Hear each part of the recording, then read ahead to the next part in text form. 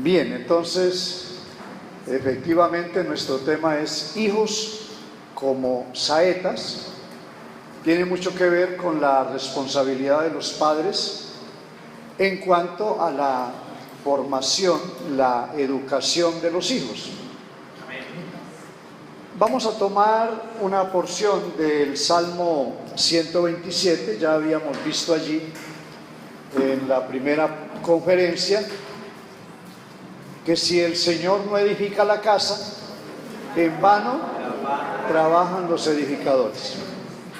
En el verso 3 dice: he aquí que herencia del Señor son los hijos, cosa de estima el fruto del vientre. Bienaventurado el que llenó su aljaba de ellas. Dice: bienaventurado el varón que llenó su aljaba de ellos. Aljaba es como una especie de estuche donde se guardaban las flechas, en este caso del arquero. Y dice que estos hijos que son herencia del Señor son como saetas en manos del valiente, como flechas. Y que el que hace este trabajo de criar a los hijos, tenerlos como flechas o saetas, no será avergonzado cuando hablare con los enemigos en la puerta. Está hablando de un futuro de dignidad, de honor. Y claro, porque los hijos pueden ser motivo de vergüenza, motivo de humillación, si ellos no están formados adecuadamente. No siempre hay resultados como quisiéramos, pero hay que intentarlo. Y precisamente en esta oportunidad es lo que queremos, dar unas herramientas, unas pautas para que este trabajo sea sumamente efectivo. Yo les pregunto, ¿queremos hijos bien formados? Hijos bien educados, con un proyecto de vida realmente fino, estable. Claro que sí, es lo que menos podemos aspirar, lo mejor para nuestros hijos. Como este tema tiene que ver con la vida práctica, porque no es tanto el curso de teología complicado, pudiéramos hablar de escatología, soteriología, neumatología, hablar de tantas cosas profundas que hay en la Biblia y obvio que son maravillosas, pero vamos a hablar del día a día, el quehacer cotidiano. La figura que aquí se nos da de hijos como saetas nos ofrece varios interrogantes. ¿Cómo era el arco? ¿Cómo estaba hecho? Vamos por partes para que luego podamos entender cómo se labran las flechas. El arco tenía y tiene aún en el lejano oriente, donde todavía se usan de manera, llamemos natural, doméstica, tiene dos partes principales. La parte gruesa es hecha de palmera. Un trozo de palmera se labra, queda una pequeña tablilla, y de un extremo del arco debe ir una cuerda hasta el otro extremo. El arco debe ser o tener suficiente firmeza, pero no rígido en su totalidad. Debe tener cierta flexibilidad. Pero de este lado, teniendo un orificio por donde va a pasar la flecha, o donde está la flecha, de este lado hay una cuerda, que es la que puede ser más elástica y la cual hay que tensarla lo suficiente para que impulse la flecha a través de la pieza de palma. Así que los arqueros en aquella época eran los que estaban apostados a la orilla del camino. Incluso habían mercenarios que se dedicaban al robo, se dedicaban a asaltar las caravanas que llevaban mercancías de gran precio, especialmente para una ciudad como Alejandría. Iba mercancía de Babilonia, de Persia, de Grecia, y se llevaban cargamentos de mucho valor: piedras preciosas, maderas finas, perfumes. Total, el arco tenía que estar bien estructurado. Si una parte es hecha de palmera, la Biblia me dice en el Salmo 92 que el justo es como la palmera o como el cedro del Líbano. La palmera es figura de firmeza. Todos sabemos que cuando hay tifones, tsunamis, grandes vendavales, tornados, que es muy común en Norteamérica, los árboles son destrozados, incluso los vehículos, y hay grandes tragedias. Pero ¿saben que la mayoría de palmeras sobreviven? ¿Por qué? Porque la palmera no es radical, no se le enfrenta al viento como lo haría el árbol corriente. No, la palmera se inclina para cuando venga el viento pueda pasar en cierta medida por encima de ella, es decir, se humilla ante ese vendaval, pero pasado un par de días, 3 días, ahora ella se incorpora de nuevo. ¿A qué se debe eso? A que tiene cierta elasticidad, pero en particular a que sus raíces son profundas y están abrazadas a las piedras, a las rocas allá abajo, a 3 a 4 metros o más de profundidad.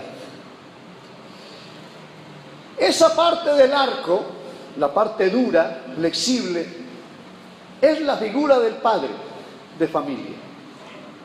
Dijimos que la familia es nuclear, un núcleo, padre, madre e hijos. Puede también haber a futuro, se va dando en el tiempo, la familia extendida, los tíos, los abuelos, bisabuelos. Pero la figura central del hogar es el padre de familia. Eso significa que debe ser una figura fuerte, debe tener carácter, pero no necesariamente tan rígido que no sea un punto. Debe tener cierta elasticidad para acercarse a su hija, acercarse a su hijo, para compartir con él, interactuar. Creo que todos sabemos que uno de los grandes males de nuestra sociedad actual es la orfandad de convivencia. ¿En qué consiste la orfandad de convivencia? Hijos que tienen padres biológicos, pero no tienen padres afectivos. Tienen madres biológicas, pero no tienen madres que les brinden afecto. El niño requiere de un padre, una madre, que lo despide con un abrazo, con un beso, cuando él va al colegio. Que lo recibe de la misma manera, que le hace preguntas: ¿cómo te fue? ¿Qué tal es tu profesora? ¿Ya tienes amiguitos? ¿Qué tareas debes hacer? Ese niño se siente privilegiado. Y a partir de ahí ya estamos labrando una flecha. Amén. Ya lo estamos puliendo. ¿Con qué? Con afecto, con amor, con comprensión.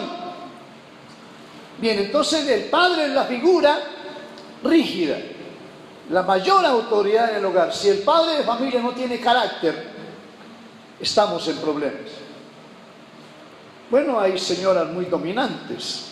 En nuestro país a las señoras dominantes se les llama ramonas, y a los señores dominados se les llama panchos. Claro, se está invirtiendo la figura. Sabemos que el padre es la cabeza del hogar, aunque ese amén sea tan tímido, pero el padre es la cabeza del hogar. Entonces, ¿la madre qué sería? Sabemos que la mujer fue tomada de una costilla del varón. No fue tomada de la cabeza porque a lo mejor quisiera mandar a su marido. No fue tomada de los pies para que el hombre no la humille. Fue tomada del costado. Eso significa que mientras el hombre es cabeza, la mujer es corazón. Y la Biblia habla de la mujer como el vaso frágil. Algunos confunden vaso frágil con el sexo débil. Error. La mujer no es el sexo débil. Es un vaso frágil, significa que es tierna, amorosa, cariñosa, que se sonríe más fácil, llora más fácil, se quebranta más fácil, se arrepiente más fácil y se enoja también más fácil. Amén. Sí, porque se motiva. Íbamos también, ¿cierto? Dijimos que el arco tiene dos partes principales, la parte rígida, que en este caso sería el padre, la parte flexible, que sería la cuerda, que va a lanzar la flecha. Pero una no funciona sin la otra, tienen que ir a la par. ¿Sabe de qué estaba hecha la cuerda? De un arco, y generalmente todavía se usa de esa manera, del intestino de un buey. Para poder tener una cuerda para un arco de gran calidad, se requería un sacrificio. Pobrecito el buey. No se le podía poner un intestino estando el buey vivo, ¿verdad que no? Había que matarlo. Yo no sé cuántos saben que el trabajo de la madre es un sacrificio. Ni las mujeres dicen amén, ahora estoy asustado realmente. Claro. El padre tiene su autoridad, su rigidez, pero la mayor sacrificada es la madre. Amén. ¿Quién tiene los hijos, el padre o la madre? La madre. Yo he tenido dolores terribles en muchos momentos, situaciones, pero por lo que he oído y lo que he leído, nada que ver con un parto. ¿Por qué? Porque ese es otro asunto, es otro tema. Entonces se requiere la rigidez y la autoridad del padre, pero el sacrificio de la madre. Amén. Para que el arco funcione. ¿Y las flechas cuáles son? Los hijos. Vamos a ver 4 tipos de flechas. Hay flecha incendiaria, hay flecha engañosa, hay flecha venenosa y hay flecha luminosa. Vamos bien hasta ahí. ¿Cuál es la flecha incendiaria? Cuando había una venganza, qué sé yo, una familia tenía venganza con la otra familia allá en el vecindario. Así que tomaba una flecha, debo decirles ya en términos más de detalle, que la flecha debía ser labrada con pericia, debía ser puntiaguda, generalmente tenía una pequeña figura como de lanza, obviamente guardando las proporciones, porque la flecha era de tamaño más reducido, pero en la puntica de la flecha generalmente debía ir una pequeña piedra incrustada en la punta de la flecha, una pequeña piedra. Yo no sé cuántos saben que en la Biblia la piedra es una figura del Señor Jesús. Amén. Lo dijo Pedro, Hechos capítulo 4, verso 11. Este Jesús es la piedra reprobada por vosotros los edificadores, la cual ha venido a ser cabeza del ángulo. Amén. Y en ningún otro hay salvación, porque no hay otro nombre bajo el cielo dado a los hombres en el cual podamos ser salvos. Amén. ¿Qué es lo primero que hay que ponerle a la flecha? Al Hijo, a Jesús. Por eso lo presentamos, por eso oramos por Él, por eso le enseñamos a orar, por eso, si es posible, antes que Él duerma, estamos a su lado, orando, o le enseñamos a que ore por los alimentos, dando gracias a Dios. ¿Qué estamos haciendo? Poniéndole a la pequeña flecha una piedrecita al frente, a Jesús, en la oración, en la lectura, en la conducta.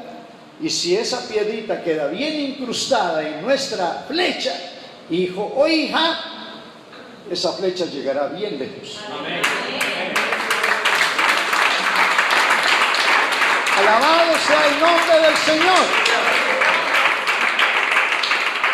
¿Y por qué? ¿Por qué debía llevar una piedrita en la punta?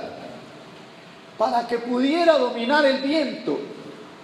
Porque si es solo madera, es liviana, y la lanzamos al aire y hay una corriente contraria, desvía la flecha, no llega a su destino. Por eso hay tantas flechas perdidas ahora. No tienen la piedrita incrustada. ¿Sabe qué tienen? Esoterismo, adivinación, hechicería, música rock, música pop, música rap, reggaetón. Queman cantidad de R, ¿sabes?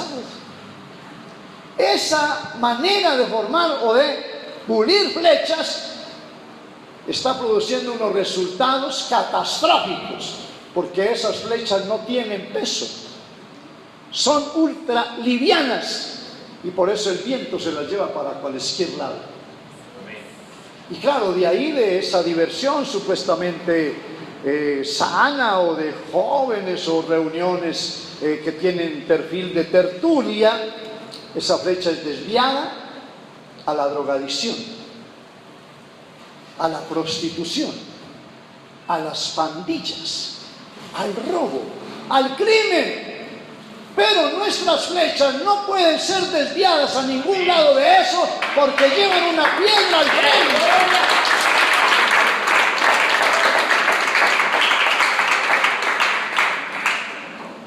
Y aún, y no quiero con esto justificar que un hijo no se convierta, pero aún sin convertirse, aún sin haber dado un paso serio en la vida cristiana, por ahí viene un par de veces al mes, no es tan dedicado, pero tiene principios.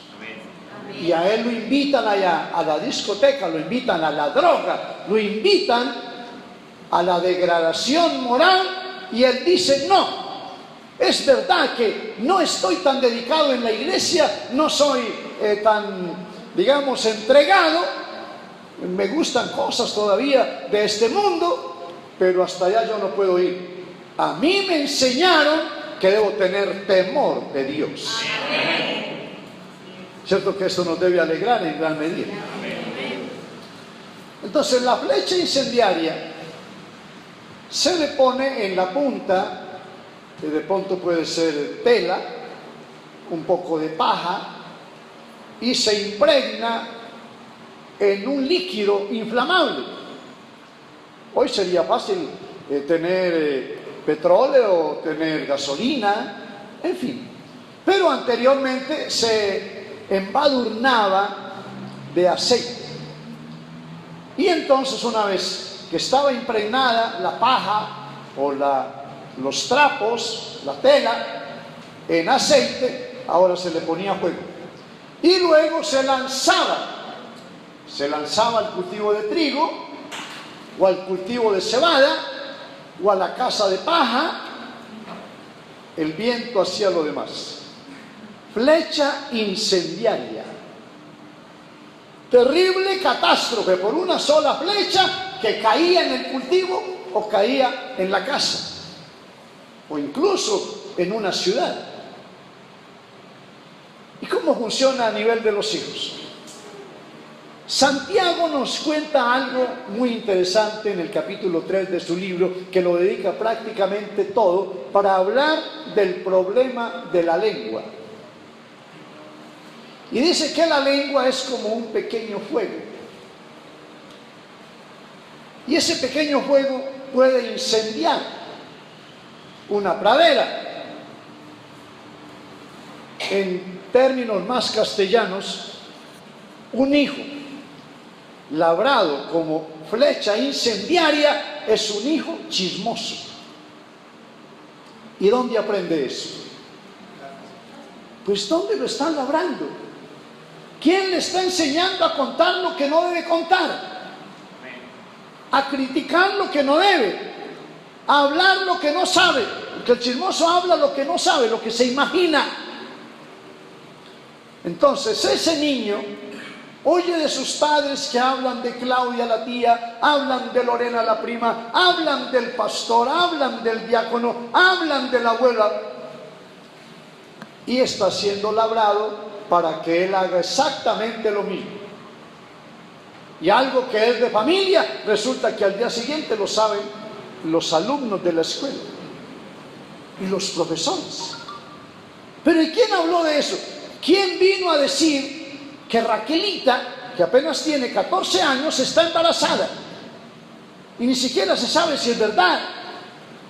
No, es que el niño, Manuelito, estaba hablando con los amiguitos y dice que parece, se rumora que Raquelita está en embarazo. Una flecha incendiaria.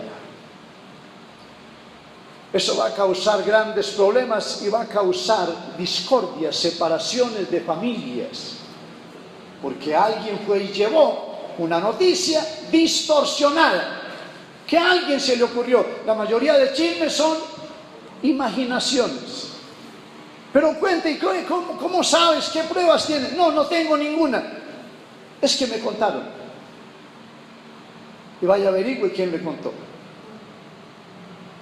¿Sabe que podemos evitar esas flechas incendiarias a nivel de familia si cerramos la boca, si somos prudentes y en lugar de chismosear delante de los hijos, aprendemos a hacer el altar familiar, a cantar salmos, a tener música de alabanza, a poner una prédica? Y si hay algo que comentar, no comentarlo delante de los hijos, porque a veces hay que hablar ciertas cosas, pero esos son temas privados de la pareja. Y si algo hay que averiguar, con quien tenga realmente la autoridad y tenga la palabra. Muy bien, la flecha engañosa. Resulta que en tiempos de guerra había que procurar despistar al enemigo, hacerle creer que íbamos al norte cuando en realidad era hacia el sur. Para lograr eso, generalmente había señales que se daban en la noche. Entonces alguien lanzaba la flecha al sur o al norte, al este o al oeste, y era una señal para el ejército, para saber hacia dónde podía marchar. ¿Cómo lo hacía? Se ataba a la flecha luciérnagas. ¿Saben lo que es una luciérnaga? Que alumbran en la oscuridad. Se le ponía 10, 15, 20 luciérnagas, luego se lanzaba al aire. Pero ocurría que a veces los de contrainteligencia, es decir, los enemigos, se filtraban al ejército, le daban muerte al encargado de dar la señal hacia el norte, lo mataban. Ahora tomaban una flecha y daban la señal hacia el sur.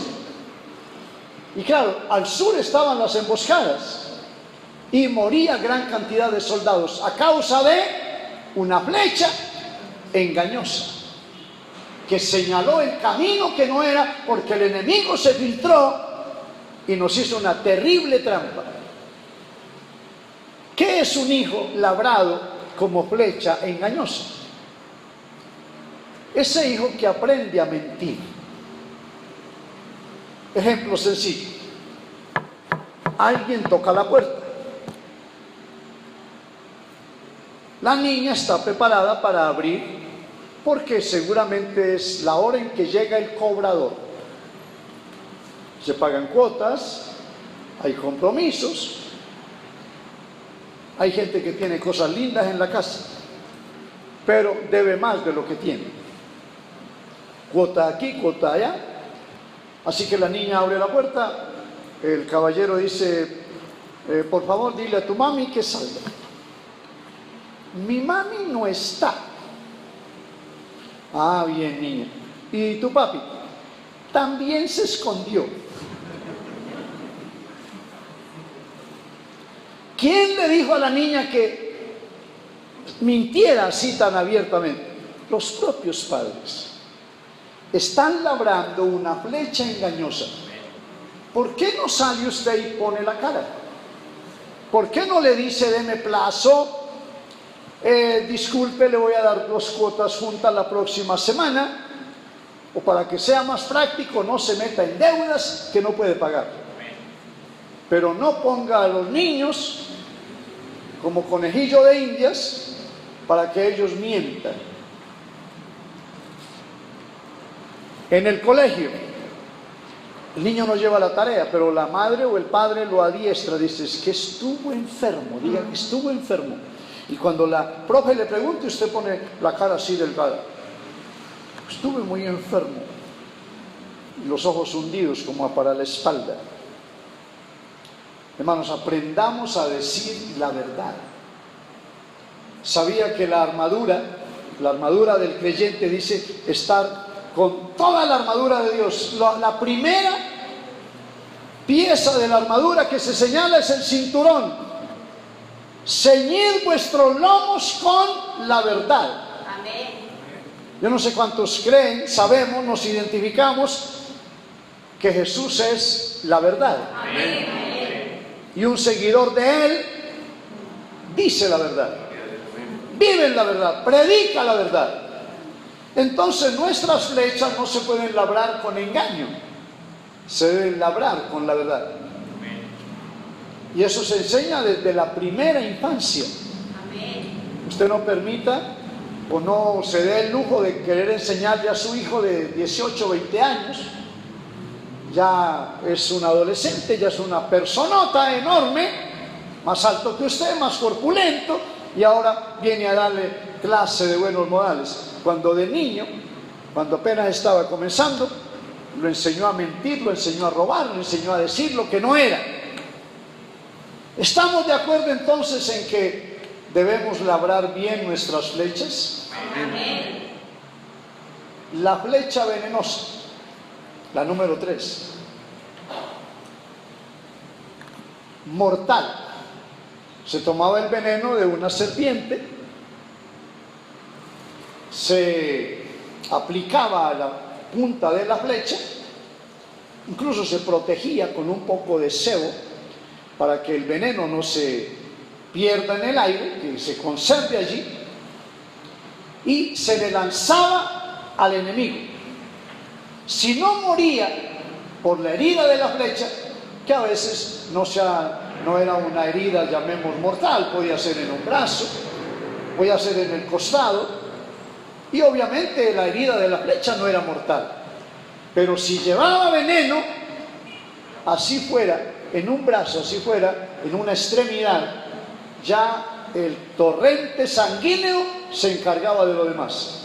Regar el veneno por el cuerpo y en pocos minutos, 1 hora, 2 horas tal vez, la persona moría. Igual para el ganado, igual para cualquier, en este caso, blanco que tuviera la flecha. ¿Cómo labramos una flecha venenosa? Cuando tenemos raíces de amargura. Cuando hay odio, por ejemplo, por la suegra, aunque todo el mundo la ama, ¿verdad? Dios bendiga a las suegras, qué maravilla. Si notan que el amén es estruendoso. Cuando se odia al tío Camilo, cuando se odia al vecino, y todo el tiempo estamos hablando pestes de esa persona, ojalá se muriera, ojalá se accidente algún día, ojalá se pierda allá en esa selva. El niño escucha eso y ese veneno de los padres se le va transmitiendo al muchacho y se va envenenando poco a poco, y resulta que él odia a quien siquiera conoce. ¿Y por qué lo odia? Es que mi papá dice que es muy malo.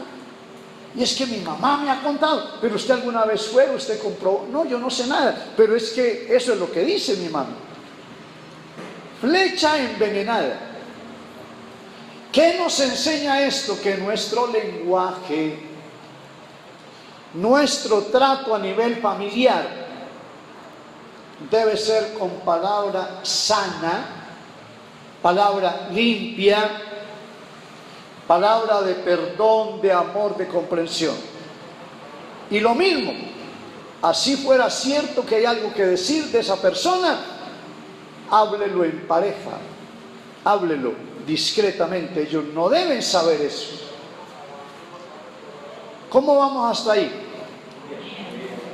Hijos como saetas.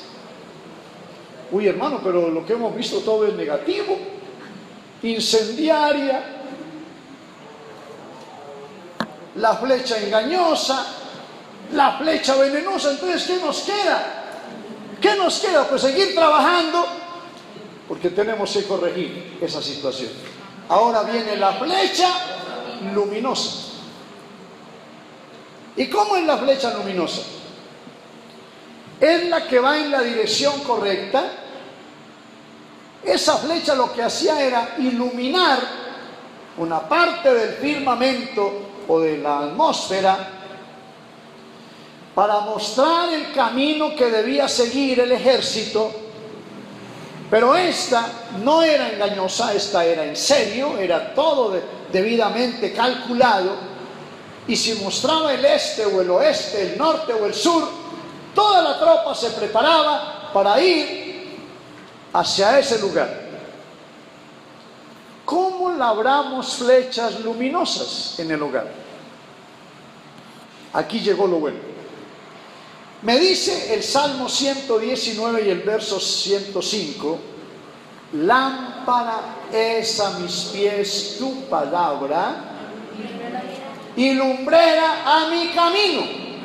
A ver si lo repetimos todos en voz alta.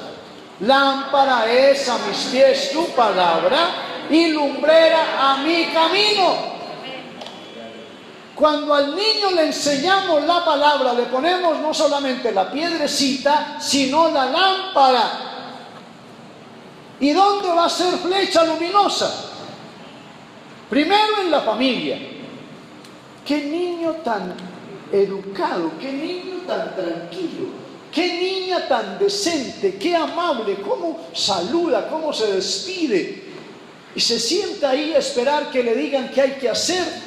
No se va a la alcoba sin autorización, no anda buscando cosas en el closet de la vecina, porque tiene principios, tiene formación. Amén. Su lenguaje, qué manera de hablar tan discreta, qué forma tan sana. ¿Por qué? Porque lleva por dentro la lámpara de la palabra de Dios. Amén. Y el mismo Salmo 119 y el verso 130 dice: la exposición de tus palabras alumbra y hace entender a los simples. ¿A cuánto los ha alumbrado la palabra de Dios?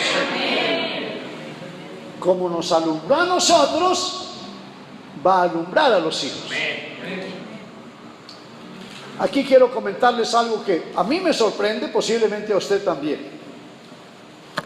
Como actualmente se están preparando los judíos para inaugurar el tercer templo en Jerusalén, para darle la recibida a lo que ellos consideran el Mesías. Tal vez toda la vida lo han hecho, pero ahora con mayor fuerza. El primer templo fue construido por Salomón. El segundo fue construido por Zorobabel. Y el tercero lo van a construir los judíos. Mejor dicho, ya lo terminaron, está prefabricado. Eso tiene mucho que ver con la profecía. Y claro, será un tema para futuro, un tema escatológico maravilloso. Pero los niños están jugando un papel muy importante.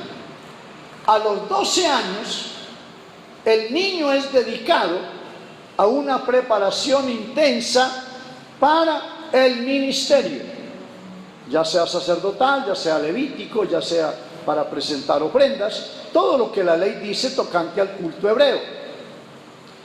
Para que un niño pueda ser candidato, pueda postularse para el ministerio sacerdotal en el templo, a los 12 años él debe saber, escuche esto, debe saber de memoria el Pentateuco.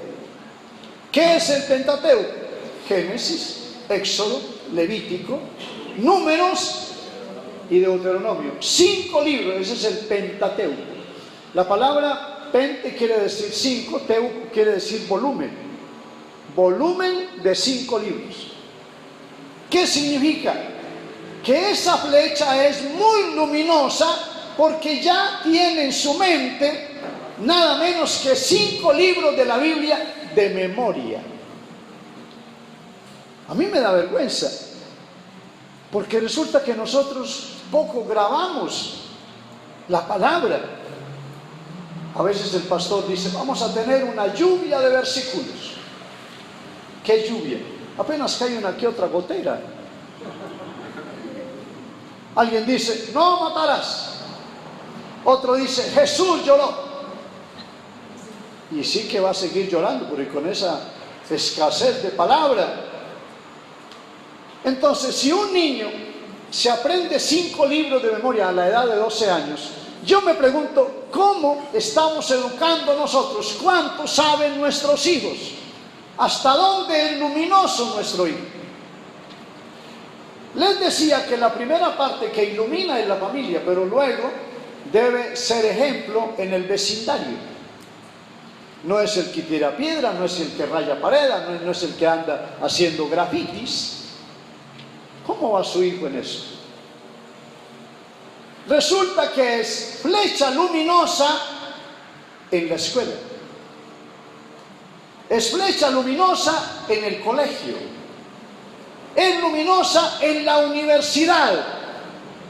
Allá donde se habla de las teorías de Charles Darwin, de Carlos Marx, de Lenin. El niño que es flecha luminosa, él se basa en la palabra de Dios. Al nombre de Jesús sea la gloria. ¿A cuántos el Señor les está hablando esta noche? A ver, citemos algunas flechas luminosas. Moisés. Ustedes saben que Moisés fue rescatado del río Nilo. Era un bebecito, estaba en una canastilla. Había una orden que los niños, los varones, debían morir. Lo escondieron por 3 meses, luego lo pusieron en una arquilla. Pero por ahí apareció la hija de Faraón, que venía a darse un baño, venía con sus doncellas, y el niño lloraba. Miraron la arquilla y estaba el niño muy hermoso. Ah, este es hijo de las hebreas. Lo adoptó la hija de Faraón como su hijo y buscó a su propia madre, Jocabed, para que cuidara del niño. ¿Sabe cómo se sentiría la madre cuidando a su propio hijo? Asombroso. De la misma oficina donde salió el decreto para que los niños mueran, de ahí salía el cheque para sostener al niño Moisés. Eso significa, la palabra Moisés quiere decir sacado de las aguas. Así que su madre lo educó, lo hizo flecha luminosa con la palabra. Después se fue a la Universidad de Egipto, a la mejor seguramente. Imagínense, era el hijo de la hija del rey. Moisés había podido llegar a ser el rey de Egipto. Fue creciendo, aprendió filosofía, aprendió religión, aprendió todo, pero siguió siendo una flecha luminosa. Se fue a Madián, 40 años. Ay, se nos apagó la flecha luminosa, 40 años. No, si fue bien encendida la flecha, aunque pasen 40 años, Él seguirá alumbrando. Amén. Al nombre del Señor sea la gloria. Regresó de Madián, o sea, estuvo 40 años en Egipto. Se graduó, hizo grados, posgrados, todo lo que quiera, profesional, porque podía ser el rey. Se fue 40 años a Madián, de allá regresó, y cuando venía, vio la zarza que ardía en el desierto. Voy a ver por qué causa la zarza no se quema. Se acercó y el Señor le dijo: quita el calzado de tus pies, porque el lugar en que estás, tierra santa es. Amén. Amén. Significaba que debía dejar atrás algunas contaminaciones de los madianitas, de pronto un poco de incredulidad, de idolatría, qué sé yo, se le hubiera pegado, pero dejar las sandalias allí tiradas era la señal de arrancar de nuevo y ahora obedecer al Dios de la gloria. Amén. Bueno, lo demás ya lo sabemos. Mire, se preparó 40 años en la universidad, 40 años en Madián, y le sirvió a Dios 40 años en el desierto. Amén. Y murió siendo flecha luminosa. ¿Y qué decir de Jeremías? ¿Y qué decir de Isaías? ¿Y qué decir de Saulo de Tarso? ¿Cuántos creen que debemos labrar flechas luminosas para iluminar a Cali? Amén. Amén. Pero hay que comenzar con la familia, con los vecinos, y que esos hijos nuestros sean modelos allá donde estudian, allá donde trabajan, allá donde viven, y todos digan: esta persona es diferente. Amén. Mucho más habría para decirles, pero con esto creo que nos queda la idea bien clara. Hijos como saetas, usted decide, y está en sus manos el mirar cómo va a ser el trabajo. Y Dios bendiga a las niñas, los jóvenes que hay acá esta noche, porque están pensando serio, nos van a dar una labrada. ¿Cómo se labra? Con la espada. Y la piedrita se pone con el martillo. La palabra es espada, la palabra es fuego, la palabra es como martillo. Amén. Aquí está todo dispuesto, todo disponible. Ha sido muy grato estar con ustedes, hermanos. Espero que nos veamos pronto. No olviden, pueden seguir conectados con nosotros en nuestra página web www.pastorgabrielalvarez.com o en el fanpage Pastor Gabriel Álvarez. En YouTube, igual, Pastor Gabriel Álvarez. Y siga recibiendo palabras, siga aprendiendo y siga labrando hijos que iluminen el mundo y que le den la honra y la gloria al Dios que vive para siempre. ¿Qué tal si oramos por nuestros hijos? Alabado sea el nombre del Señor. ¿Cuántos creen que el Señor está aquí en nuestro medio? Él está aquí. Él está hablando a cada uno de sus hijos. Él es el mismo ayer y hoy por todos los siglos. Su poder no ha cambiado. Hermanos, toda la honra y la gloria sea para Él. Yo deseo que mis hijos sean luminosos, sean personas que Dios usa, que Dios bendice. Pregunto, ¿cuántos desean lo mismo? Amén. El Señor es el mismo ayer y hoy por todos los siglos. Su poder no ha cambiado. El que obró en Moisés, el que obró en los patriarcas, el que obró en los apóstoles, es el mismo que está aquí esta noche.